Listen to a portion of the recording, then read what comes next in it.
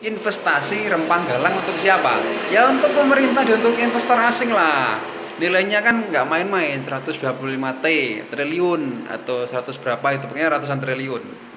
Jadi mereka berkonflik membenturkan antara masyarakat adat sekitar, masyarakat pribumi dengan aparat. Mereka dibenturkan dengan kepentingan mereka masing-masing. Padahal mereka ini, warga Rempang ini tiap tahun bayar PBB, mereka juga punya sertifikat. Berarti kan ada uang masuk ke negara toh dari pembayaran PBB itu, dari pembayaran pajak itu. Tapi kenapa mereka harus diusir? Dan ada ultimatum dari pemerintah bahwa akhir bulan ini mereka harus mengosongkan tanah mereka. Berarti kan itu paksaan toh.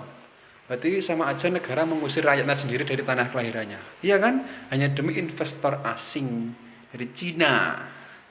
Karena apa? Karena utang kita udah terlalu banyak kepada Cina, pada investor asing. Makanya pemerintah juga nggak bisa ngapa-ngapain. Pemerintah tunduk manut sama investor asing itu. Karena memang udah beban utangnya udah banyak. Tapi kenapa yang ditumbalkan itu masyarakat Rempang? Kenapa nggak masyarakat di kediaman Pak Jokowi aja?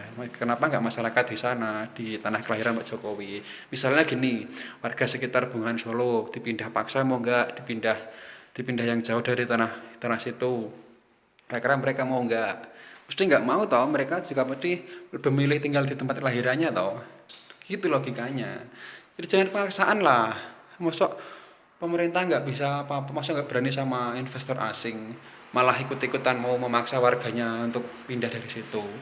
Nah, terus kalau mereka direlokasi dipindah ke tempat yang jauh, nanti kerja apa?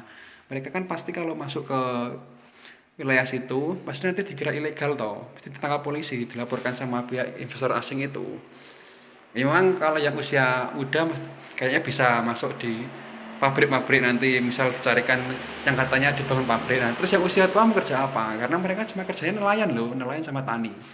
Nah, nanti kalau udah mereka terusir dari situ, ketika mereka mau melaut lagi kan jelas nggak boleh toh, mesti dikira ilegal sama pihak investor asing itu, terus dilaporkan polisi. Begitu. Jadi jangan mentang-mentang punya kuasa terus melegalkan untuk apa, terus kerjasama sama investor asing terus mengusir pribumi dari situ.